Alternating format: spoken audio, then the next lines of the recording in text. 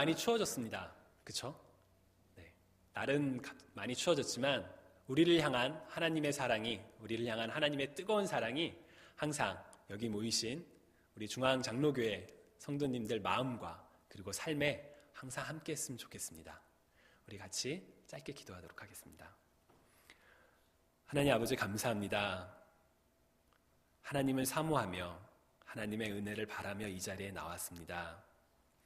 하나님, 저희가 찬양할 때, 저희가 기도를 드릴 때, 그리고 저희가 하나님의 음성에 귀 기울일 때 주님 응답하여 주옵소서. 하나님, 저희의 삶을 하나님의 은혜로 채워주시고 하나님, 저희의 부족한 약함을 주님의 은혜로 강건케 하여 주옵소서. 감사드리며 살아계신 예수님의 이름으로 기도드립니다. 아멘. 제가 오늘 설교를 준비하면서 제 아내한테 이런 내용으로 설교를 할 거야 라고 얘기를 했더니 제 아내가 웃으며 오빠는 또 오빠의 개인 얘기를 하냐고 그러더라고요. 그러면 저는 항상 제 이야기를 많이 했던 것 같습니다. 근데 그럼에도 불구하고 오늘은 또 제 이야기로 시작해야 될 것 같습니다. 왜냐하면 제가 처음으로 하나님의 음성을 들었다고 생각하는 바로 그런 경험이기 때문입니다. 저는 1999년에 대학교 3학년 때 온누리교회 대학부를 나가기 시작을 했습니다. 온누리교회는 이렇게 해외 선교로 많이 유명한 교회인데요. 제가 처음 나간 3월 달부터 벌써 7월에 있을 대만으로의 해외 선교를 열심히 준비하더라고요. 그래서 영상을 들고 우리가 대만을 가야 된다고 목사님이 끊임없이 강조하시고, 저는 솔직히 해외 선교에 대해서 그 당시에 굉장히 좀 부정적인 생각이 많았습니다. 참가비가 60만 원이었는데 당시 60만 원은 저한테 제가 한 달 동안 아르바이트로 벌은 수입과 생활비를 다 합쳐도 그 생활비의 2달 어치가 되는 그런 큰 비용이었기 때문에 일단 돈도 돈이었고, 또 한편으로는 국내에도 아직 복음이 전파될 곳이 많이 있는데 내가 꼭 해외까지 가야 하나, 좀 많이 부정적인 생각이 있었습니다. 근데 이런저런 우여곡절 끝에 결국 제가 해외 선교를 다녀오게 됐습니다. 해외 선교의 이야기는 그 과정도 또 되게 재밌는데 그건 나중에 또 한번 얘기할 기회가 있으리라 생각을 하고요. 저는 그 해외 선교 기간이 참 행복했던 시간입니다. 저희가 한 열흘 정도 다녀왔는데 아침 6시에 일어나서 새벽 예배를 드리고 밥을 먹습니다. 그리고 대만에 있는 대학가와 시내 거리로 나가서 하루 종일 전도를 합니다. 그러다 길거리에서 모여서 점심을 먹고 또 전도를 하다가 저녁에 숙소에 와서 밥을 먹고 저녁 7시부터 다시 집회를 하면 한 10시쯤에 예배가 끝납니다. 그러니까 아침 6시부터 예배, 밥, 그러다 예배 이렇게 끝나는데요. 자, 그러면 밤 10시가 돼서 숙소에 들어가면 정말 침대에 눕는 것 말고는 아무것도 할 힘이 없더라고요. 저는 그 순간이 참 좋았습니다. 왜냐하면 하나님이 내게 하루에 쓰라고 주신 그 힘을 내가 온전히 다 쓰는구나. 그게 참 행복하더라고요. 그리고 그 다음날 아침이 되면 오직 여호와를 앙망하는 자는 새 힘을 얻으리니 독수리가 날개침에 올라감 같을 것이요 라는 그 말씀처럼 정말 어제는 그렇게 힘들었는데 이렇게 새 힘이 생기는구나. 그게 너무나도 감사하더라고요. 요새도 그렇게 살았으면 좋겠는데 그거는 잘 안 되는 것 같습니다. 워낙 은혜가 깊던 수련회다 보니까 이상한 일도 참 많이 일어났습니다. 그 중에 하나는 이제 예배 드리다가 사람이 쓰러지는 경우인데요. 혹시 보신 적이 있으신지요? 막 찬양하다가 기도하다 사람이 푹 쓰러지는 거. 당시에도 왜 사람이 쓰러질까 여러 가지 이야기가 있었습니다. 저는 지금도 잘 그 이유는 정확히 모르겠지만, 근데 첫 번째로 사람들이 하는 이야기는 뭐냐면 하나님의 은혜가 너무 깊어서, 두 번째로는 영이 너무 맑고 깨끗해서, 또 세 번째로는 영이 너무 약해서 그래서 쓰러진다. 근데 이유는 모르겠지만 하여튼 예배를 드리다 보면 찬양하다 이렇게 사람이 쓰러지는데 쓰러지는 과정이 정말 이렇게 슬로우 비디오처럼 싹 쓰러지다 보니까 신기하기도 하고 두렵기도 하고 하여튼 참 재미난 경험이었습니다. 수련회 저녁 집회 중 이제 저희가 하루 저녁에는 이제 저희가 그동안 길거리 열심히 다니면서 전도했던 사람들을 초청해서 하는 전도 초청 집회가 있었습니다. 저희 인원만 한 450명이었고 대만의 지역 협력교회 사람들이 오고 그리고 전도받은 사람들이 다 모였기 때문에 정말 사람들이 많이 모여서 막 뜨겁게 막 찬양하고 기도하고 그런 시간들이었습니다. 당연히 이제 쓰러지는 사람들이 나타나기 시작했는데 문제는 쓰러지는 사람들이 제 주변에 많았다는 겁니다. 저는 이제 찬양을 할 때 눈을 감고 찬양하는 걸 좋아하거든요. 근데 눈을 감고 찬양하다 눈을 떠보면 제 앞에서 서 있던 사람이 갑자기 사라져 있는 겁니다. 보면 쓰러져 있더라고요. 근데 이렇게 사람이 쓰러지면 이제 주위에서 좀 교회를 오래 다닌 선배들, 우리 막말로 영빨이 좋은 선배들이 와서 막 기도를 해주는데 그냥 기도하지도 않고 막 손을 막 이러면서 기도를 합니다. 그래서 눈을 떠보니까 앞에 쓰러져 있고 그래서 쓰러지는구나 그냥 그렇게 생각하고 또 기도를 하는데 잠시 후 내 옆에서 또 한 명이 쓰러지고 오른쪽에서 쓰러지고 그렇게 쓰러지다 보니까 제 주변에는 정말 아무도 없고 저만 온전히 앉아있고 다 쓰러져 있고 선배들이 와서 막 이러고 기도하고 있었습니다. 그 중에 한 명은 이제 남자애였는데 교회를 처음 나와서 해외 선교를 따라 나온 후배였습니다. 저한테 형 그러면서 막 이거는 뭐예요? 라고 물어보던 녀석이었는데 갑자기 이 녀석이 찬양하다가 형 저는 바닥이 좋아요. 그래서 지금은 이렇게 카페트지만 그 대만은 그냥 시멘트거든요. 그 차가운 시멘트에 무릎 꿇고 있다가 보니까 쓰러져 있더라고요. 주변에 아무도 없고 저만 남아있다라는 생각이 들자 저한테 드러났던 느낌은 당황함과 부끄러움이었습니다. 왜 사람들은 쓰러지는데 나는 쓰러지지 않지? 내가 교회도 더 오래 다니고 내가 좀 성경에 대한 지식도 내가 좀 더 많은 것 같은데 내 신앙에 문제가 있나? 왜 나는 쓰러지지 않을까? 그게 저한테 막 이렇게 부끄럽더라고요. 그리고 막 믿음 좋은 선배들이 와서 막 기도를 해주는데 쟤는 왜 안 쓰러질까? 막 이렇게 생각하면 어떡하지? 너무 이렇게 막 당황스러웠습니다. 그래서 나도 한번 쓰러진 척을 해볼까? 그렇게 해봤는데 제가 쓰러지는 건 봐더라도 일어나는 과정을 못 봤기 때문에 어떻게 일어나는지 모릅니다. 그리고 이제 믿음이 좋은 이렇게 누나랑 형들이 와서 막 기도를 해주는데 들키면 뽀록이 나면 너무 창피하잖아요. 야 국진이는 저거 쓰러지지도 않는데 혼자 쓰러진 척했더라. 근데 이제 쓰러지지는 못하고 그래서 제가 그 전까지는 기도를 할 때 하나님 이 대만의 영혼들을 살려주세요. 이 대만의 악한 영들아 떠나갈지어다 막 그러면서 기도를 했는데 이제 나만 혼자 남았다는 걸 딱 생각하고 난부터는 이제 그 기도가 아니고 하나님 저도 좀 쓰러지게 해주세요. 되게 이렇게 막 시끄럽게 찬양하고 막 통성기도를 와와와 하니까 막 소리를 질러도 전혀 신경 안 쓰니까 저도 쓰러지게 해주세요 막 하다가 소리도 쳐보고 그러다 하나님 이건 아니잖아요. 지금 다 쓰러지는 이게 뭡니까? 저도 좀 쓰러져야 되지 않겠습니까? 막 이렇게 애원도 해보고 정말 간절히 기도했습니다. 좀 나도 쓰러지게 해달라고.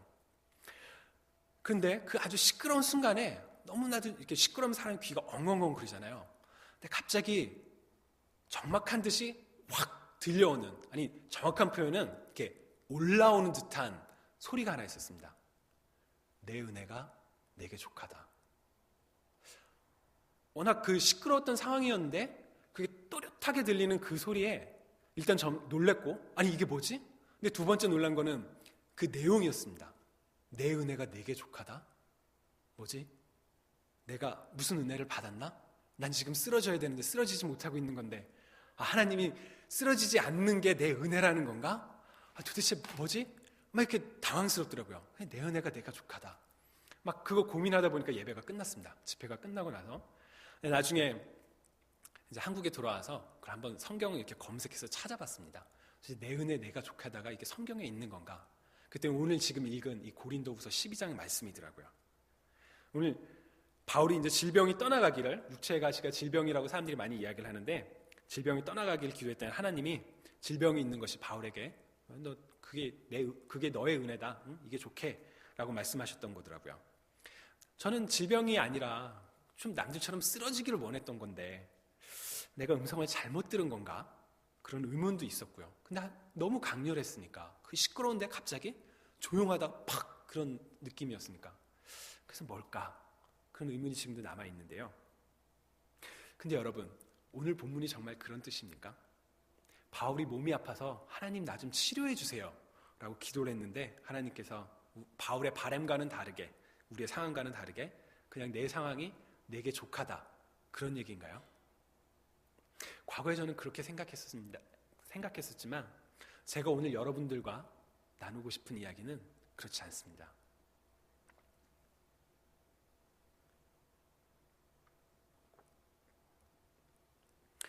여러분 사도 바울이 누굽니까?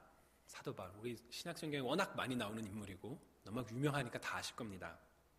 빌립보서에 보면 바울이 자기 자신에 대해서 말하기를 8일 만에 할례를 받고 이스라엘 족속이며 베냐민 지파요 히브리인 중에 히브리인이요 율법으로는 흠이 없는 바리새인이라고 자신을 표현합니다. 전통과 혈통을 중시하는 이스라엘 사람 중에서는 아주 굉장히 나는 타고난 사람이다. 바울은 그렇게 자랑하진 않지만 적어도 우리는 그런 걸 알 수가 있죠. 또 사도행전에 보면 바울은 날 때부터 로마의 시민권을 가지고 있는 사람이라고 합니다. 제가 미국에서 살다 보니까 그 시민권을 가진 사람의 특권을 알겠더라고요. 제가 가지는 비자, F1 비자를 제가 가지고 있는데 제가 가진 비자는 졸업을 저희가 이제 내년에 한 5월 11일, 12일쯤에 졸업식을 하거든요. 그럼 5월 14일이 딱 되면 비자가 만료됩니다. 그러니까 졸업하는 동시에 떠나야 되는 그런 비자입니다. 저는 미국에 처음 왔을 때 왜 사람들이 뭐 영주권, 뭐 시민권 이런 얘기를 하는지 잘 몰랐거든요. 근데 제가 2년 살아보니까 그게 참 부럽더라고요. 야, 이 영주권, 내가 미국에 그 인정받은 사람이구나. 너무 부럽더라고요. 그리고 이제 미국 친구들 보면 날 때부터 시민권 가지고 있고 저는 그 소셜 넘버 한번 받으려고 막 이렇게 돌아다니는데 이 친구들은 태어나면서부터 그 소셜 넘버를 가지고 있잖아요. 그게 너무 부럽더라고요. 아마 그래서 그 사도행전에도 바울을 막 내질하던 그 사람이 바울이 시민권을 갖고 있다는 걸 알고 너 그 시민권 어디서 났냐고. 근데 바울이 나는 날 때부터 로마의 시민권자다. 딱 그러면서 막 부러워하는 장면이 있었는데 저는 이제 그 느낌을 알겠더라고요. 그래서 바울은 이스라엘 사람들 중에서도 아주 좋은 전통에서 태어난 사람이고 또 로마에서도 인정받는 그런 신분을 가지고 있던 사람입니다. 또 사도행전을 보면 바울은 당시에 유명했던 가말리엘의 문화에서 교육을 받았다고 말합니다. 오늘로 말하면 이제 아이비리그, 명문대 출신인 거죠. 뭐 신분상으로도 지적 능력으로도 아주 바울은 선택받은 아주 좀 장점이 굉장히 많은 사람이었습니다. 근데 그것뿐만 외에도 또 있습니다. 바로 오늘 읽은 고린도후서 12장의 전반부를 보면 2절을 보면 바울이 아주 특별한 영적 체험을 한 인물이라는 걸 알 수 있습니다. 우리는 이미 사도 바울이 그 다메섹으로 가다가 사울아 내가 왜 어찌하여 나를 핍박하느냐, 나는 내가 핍박하는 예수다 라고 하는 예수님을 만나는 특별한 경험을 한 사람이라는 걸 이미 알고 있는데 오늘 12장 그 전반부에 보면 그는 셋째 하늘에 이끌려간 자라라는 표현을 사용하고 있습니다. 저는 셋째 하늘이 뭔지 잘 모르겠습니다. 첫째 하늘, 둘째 하늘 어떻게 되는지는 잘 모르겠는데 많은 사람들이 바울이 얘기하는 셋째 하늘이라는 게 아마도 천국이 아니겠느냐라고 얘기를 합니다. 오늘날에도 내가 천국을 갔다 왔다, 심지어 조그만 아이가 자기가 천국을 보고 왔다, 어떤 사람이 천국을 보고 왔다, 막 이런 얘기들 하면서 책을 내는 경우가 많이 있죠. 근데 이 사람들이 보는 천국은 금은보화가 가득하고 다이아몬드가 박혀 있고 막 이런 화려한, 우리 세상적인 눈으로 볼 때 화려한 천국인데 바울은 그렇게 표현하지 않습니다. 자기가 차마 말로 형언할 수 없는 그걸 보고 왔다라고 얘기를 합니다. 저는 아마 천국의 모습이, 그 영적 세계인 천국의 모습이 바울의 표현과 비슷하지 않을까 싶은데요.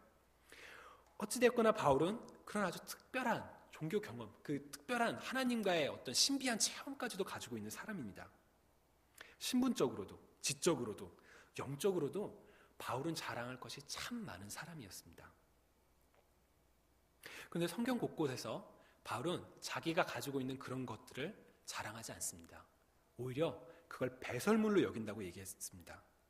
왜냐하면 바울에게는 눈에 보이는 세상적인 것보다 눈에 보이지 않는 그리스도를 향한 믿음과 그 고백과 그 열정이 더 중요했기 때문입니다. 그런데 그런 외적 요소를 신경 쓰지 않던 바울이 오늘 본문에서 자신을 괴롭히는 그 육체의 가시, 그 사탄의 사자를 고쳐달라고 하나님께 간구하는 모습을 볼 수 있습니다. 8절에 보면 이것이 내게서 떠나가게 하기 위하여 내가 3번 주께 간구하였더니 라고 설명을 합니다. 우리 성경에서는 3이라는 숫자가 많이 나오는데요, 이게 좀 완전수에 가깝습니다. 예수님께서 잡히시기 직전에 겟세마네 동산에 기도하러 올라가시죠. 어떻게 보면 예수님은 본인이 십자가에 달려 죽게 될 것을 알고 계셨지만 그래도 굉장히 하나님께 간절히 기도를 합니다. 바로 그 간절히 기도하는 순간에 몇 번 기도했는지 아십니까? 3번 기도하십니다. 그래서 기도하러 가셨다가 제자들이 자는 거 보고 깨우고, 또 기도하러 가셨다가 또 깨우고, 그래서 또 기도하러 가셨다가 그리고 돌아오셔서 이제 때가 됐다라고 말씀하시고 이제 잡혀가시는데요. 그때 3번 기도하시죠. 그리고 예수님이 십자가에 달려 돌아가신 지 며칠 만에 부활하시죠? 3일 만에 부활하십니다. 3일. 죽음에서 부활로. 우리 몸의 육신의 죽음은 사실 우리가 인간이 살아가는 가장 큰 도전이고 위협이죠. 하지만 예수님이 그걸 이겨내시는 그 기간이 바로 3일이죠. 구약에서도 비슷합니다. 여러분들 요나 얘기 아시죠? 하나님 명령 따라가기 싫어서 니누에 안 가고 다시스로 막 도망가다가 물고기한테 큰 물고기에 잡히는데, 그때 요나가 물고기 뱃속에 있던 기간도 바로 3일입니다. 그리고 요나는 그 물고기 뱃속에서 나온 다음에 정말 하나님의 순종하는 사자가 돼서 니누에로 가서 복음을 전하죠. 모든 게 부족했던 부분이 완전하게 채워지는 그 변화의 시간들, 그게 바로 3인데요. 아마 바울이 여기서 3번 내가 이것이 내게서 떠나가게 하기 위하여 내가 3번 주께 간구하였다니라는 것을 보면 단순히 정말 바울이 3번 기도한 걸 수도 있지만, 또 한편으로는 정말 간절히 정말 하나님 제발 이것 좀 내게서 고쳐주세요, 떠나가게 해주세요, 그렇게 간절히 기도했다는 걸 우리가 알 수 있습니다. 도대체 얼마나 고통스러웠길래 바울은 그렇게 간절히 기도할 수 있었을까요? 바울의 가시, 여기서 보면 7절에 내 육체의 가시라고 하는 표현이 나오는데요. 그것에 대해서는 여러 가지 해석이 있습니다. 가장 유력한 해석이 두 가지인데, 하나는 안질입니다. 바울이 이제 다메섹으로 가다 예수님을 볼 때 그때 눈이 멀죠. 그때 그 이후로 계속 눈이 잘 보이지 않았다. 그래서 이게 눈이 잘 안 보이는 거 아니겠느냐라고 해석하는 게 하나 있고요. 두 번째는 이제 바울이 간질을 앓았던 게 아니냐라는 얘기가 있습니다. 당시 유대 풍습에는 사람이 간질을 앓은 걸 이게 아마 귀신이 들렸다고 얘기를 하고 침을 뱉는 풍습이 있었는데 떠나가라고, 바울이 그 갈라디아에서 보면 사람들이 자신한테 침을 뱉지 않았다 이런 식의 표현이 나오거든요. 그래서 아마 이게 바울이 간질로 고통받았던 게 아니냐라고 이야기를 하곤 합니다. 무엇이 되었든 간에 그것이 안질이든 혹은 간질이든 혹은 다른 것이든 저는 바울의 가시가 단순히 육체의 질병만은 아니지 않았을까라고 조심스레 추측해 봅니다.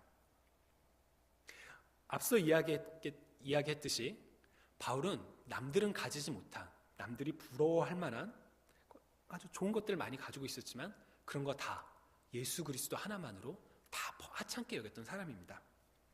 그만큼 강한 믿음과 확신이 있던 사람이었죠.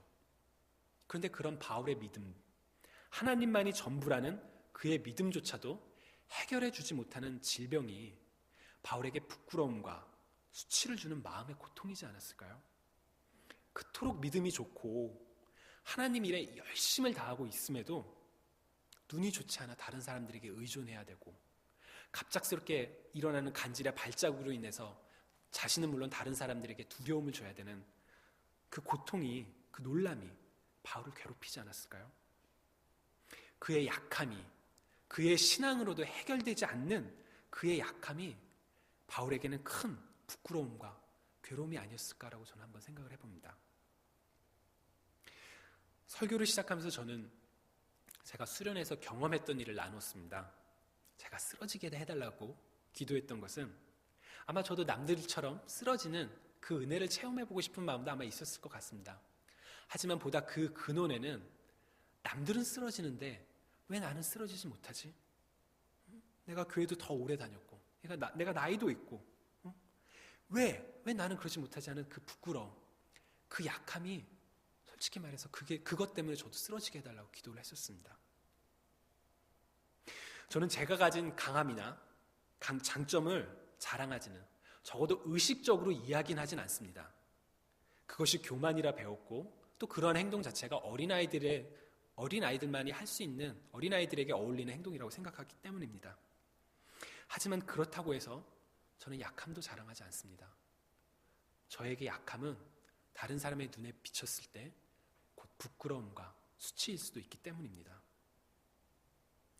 우리는 의식적이건 혹은 의식하지 않건 간에 비교를 하며 살아갑니다. 어렸을 때부터 이것은 저것보다 크다, 작다, 길다, 짧다 등 다양한 척도는 바로 비교에서부터 시작을 합니다. 나의 약함은 무엇일까요? 남들은 건강한데 나는 건강하지 못하고, 남들은 나보다 좋은 환경에서 태어났는데 나는 좋은 환경을 가지고 있지 못하고, 남들은 나보다 시험 성적이 더 좋은데 나는 그렇지 못하고, 남들은 이게 더 있는데 나는 그렇지 못한 거. 이런 비교 의식 속에서 우리는 우리 자신의 약함을 발견하고 그것에 분노하고 좌절하고 그것을 벗어나려고 발버둥치지 않습니까? 남들을 향한 비방과 억지로 끌어내림을 불사하면서까지 말합니다. 남들이 좋은 일이 있을 때 막 정말 잘 됐다고 축하해 주기보다는 에이 뭐 그러면서 뭐 저건 아무것도 아니야 그런 식으로 깎아내리려 하고 우리 그러지 않습니까? 시기와 질투, 미움 이런 감정의 근원에는 내가 저들보다 약하다는 생각과 왜 내가 저들보다 약해야만 하는지, 즉 나는 저들보다 더 많이 가지고 있어야 되고 더 많이 누리고 더 좋아야 되는 게 당연한 게 아닌가, 당연하다는 그런 생각이 깔려 있지 않을까요? 만약 그렇다면, 만약 우리의 약함이 그런 것이라면 우리가 어떻게 약함을 자랑할 수 있겠습니까? 오늘 본문 9절에 보면 바울은 이렇게 얘기합니다. 그러므로 도리어 크게 기뻐함으로 나의 여러 약한 것들에 대하여 자랑하리니, 영어로는 I will boast all the more gladly my weakness. 즉 will, 내가 의지적으로 자신의 약함을 그것도 기뻐하며 자랑하겠다라고 이야기를 합니다. 여러분, 이런 바울의 고백이 다가오십니까? 믿겨집니까? 어떻게? 여러분은 여러분들이, 아니 우리들이 남보다 못하다는 사실, 남보다 건강하지 않고 남보다 적게 가지고 있고 남보다 약하고 부족하다라는 그 사실을 우리가 기뻐이, 바울처럼 기뻐이 자랑할 수 있겠습니까? 어떻게 그럴 수 있겠습니까? 저는 설교를 준비하면서 제가 가지고 있는, 제가 남들보다 좀 낫다라고 생각하는 부분과 그렇지 못하다라는 걸 한번 생각해 봤습니다. 적어도 약한 부분들에 대해서 내가 굳이 자랑하고 이야기할 필요가 있을까? 그냥 가만히 있으면 되지 않나? 그냥 가만히 있는 거. 제가 수업 시간에 많이 그러는데요. 영어로 막 수업 듣다 보면 그냥 가만히 고개만 끄덕이고 있으면 중간은 갑니다. 괜히 이렇게 손들어서 막 뚜벅뚜벅 말하면 쟤 영어 못하는구나. 쟤 딴 생각했구나. 저거 아까 했던 얘기인데 이럴까봐 저 얘기 못하거든요. 그냥 가만히 있습니다. 그럼 선생님들이 막 가끔 시킵니다. 왜 시키는지 모르겠는데 하여튼 그냥 자랑하지 않고 그냥 가만히 있는 게 좀 되어 있는데, 근데 오늘 본문에 보면 바울은 이렇게 이야기합니다. 내가 도리어 크게 기뻐함으로 내 약함을 자랑하겠다고. 저는 이 약함을 자랑하는 것에는 두 가지 유익이 있다고 생각합니다. 하나는 교만의 죄를 피하는 유익입니다. 여러분, 교만이 무엇입니까? 제가 사전을 찾아봤는데요. 교만이라는 단어는 스스로 잘난 체하며 겸손하거나 온유함 없이 건방지고 방자함을 이루는 말이라고 되어 있더군요.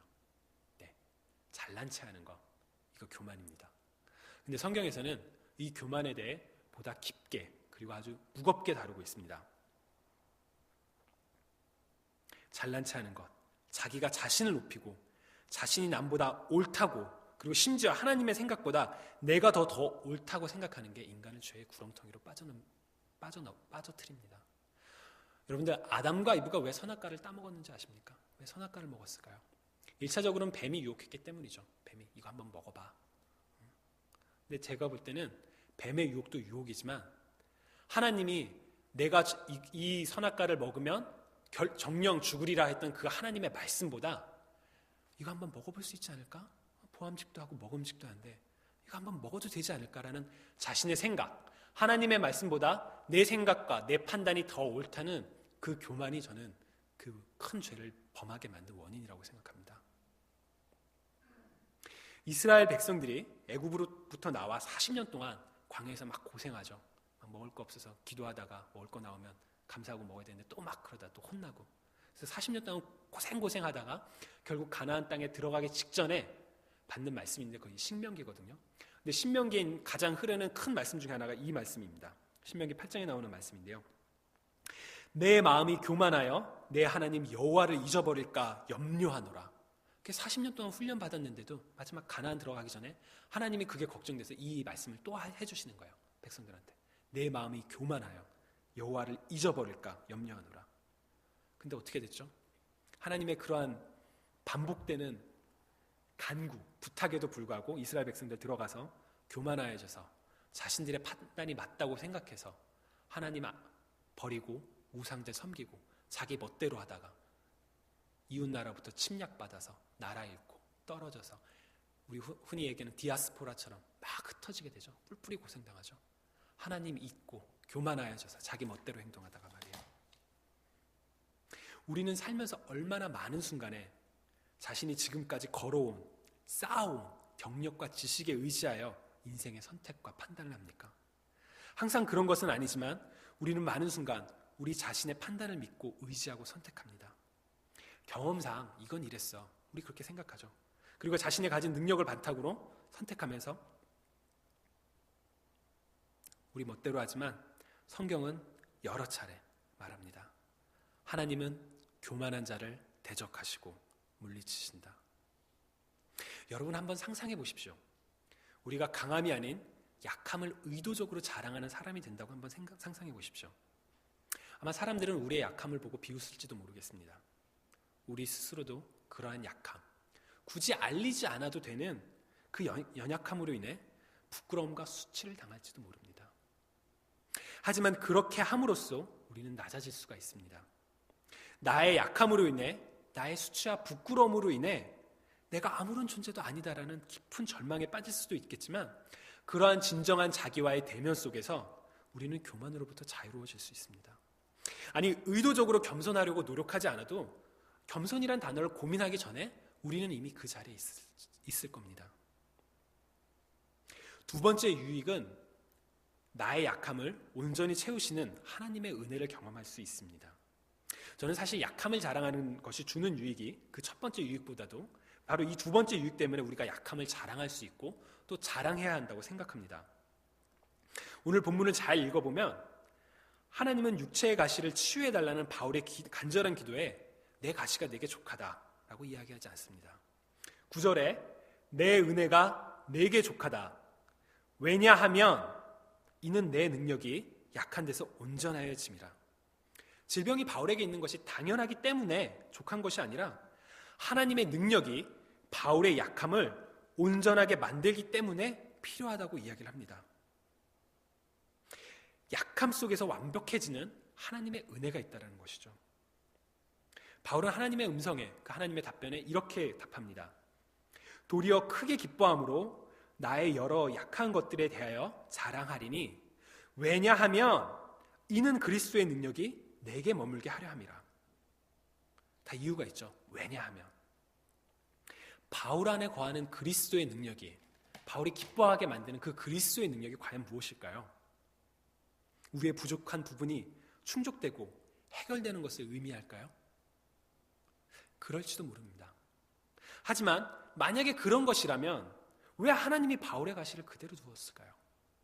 왜 우리가 간절히 치료해달라고, 좀 낫게 해달라고 기도할 때 치료해주지 않고 이 고통 가운데서, 이 눌림과 억압 속에서 벗어나게 해달라고 할 때 해결해 주시지 않을까요? 10절에 보면 바울은 이렇게 이야기합니다. 그러므로 내가 그리스도를 위하여 약한 것들과 능욕과 궁핍과 박해와 곤고를 기뻐하노니 이는 내가 약한 그때에 곧 강함이라. 바울이 하나님과 함께함으로 하나님의 은혜로 그의 삶 가운데 그를 괴롭히던 약한 것들, 육체의 가시, 능욕, 궁핍, 박해, 공고가 없어졌습니까? 아니요, 그렇지 않습니다. 저는 이거 참 아이러니라고 생각합니다. 이게 참 모순이라고 생각합니다. 여러분, 우리는 복음을 믿습니다. 그렇죠? 네, 복음, 복된 소식, 굿뉴스, 좋은 소식을 믿습니다. 좀 더 과격히 말하면 우리는 복받기 위해 예수님 믿습니다. 저는 복을 좋아합니다. 어차피 한 번뿐인 이 세상에서 좀 많은 복을 좀 누렸으면 좋겠습니다. 그리고 오늘 이 자리에 오신 여러분들도 그 많은 복을 누리셨으면 좋겠습니다. 그런데 우리가 그 복이 과연 무엇일까에 대해서는 좀 고민을 해봐야 됩니다. 세상에서의 성공, 부자가 되는 것, 건강하고 무병장수하는 것, 이거 분명 복입니다. 우리는 이러한 복을 누릴 수도 있습니다. 그리고 그렇지 못할 수도 있습니다. 누구에게도 꿀릴 것 하나 없는 바울은 우리가 부러워하는 복들을 가지고 있었습니다. 구별된 신분, 날 때부터 구별된 신분이고 뛰어난 지적 능력, 놀라운 영적 경험. 하지만 바울은 그러한 것들을 자랑하지 않고 도리어 남들보다 못한, 그래서 남들보다 약한, 그리고 자신을 처절하게 괴롭히는 자신의 약함을 자랑하겠다고 이야기를 합니다. 또 그 약한 것들과 함께 자신의 삶을 괴롭히는 능욕, 궁핍, 박해, 공고를 기뻐하겠다고 이야기합니다. 왜? 여러분, 왜가 중요합니다. 우리는 삶에서 종종 결과만을 중요시하지만 사실 결과만큼, 아니 어쩌면 결과보다 더 중요한 것이 왜, 그리고 과정입니다. 바울이 왜 그러한 약함을 자랑하고 기뻐할 수 있습니까? 바로 하나님의 은혜, 하나님의 은혜. 약한 가운데서 완벽히 드러나는 하나님의 은혜가 약할 때 곧 강하다라는 그 아이러니가 있기 때문입니다. 그 모순됨이 있기 때문입니다. 설교를 마무리하면서 저는 저 자신과 그리고 여러분들께 함께 묻고 싶습니다. 여러분의, 아니 우리의 약함은 무엇입니까? 우리는 사도 바울처럼 그 약함을 자랑할 수 있겠습니까? 남들보다 못하고 자신을 괴롭히고 힘들게 하는 그 약함을 기뻐하며 자랑할 수 있겠습니까? 왜 우리가 그렇게 해야만 합니까? 하나님은 말씀하십니다. 내 은혜가 내게 족하다. 왜냐하면 내 능력은 약한 데서 완전히 완벽해지기 때문이라. 바울은 이야기합니다.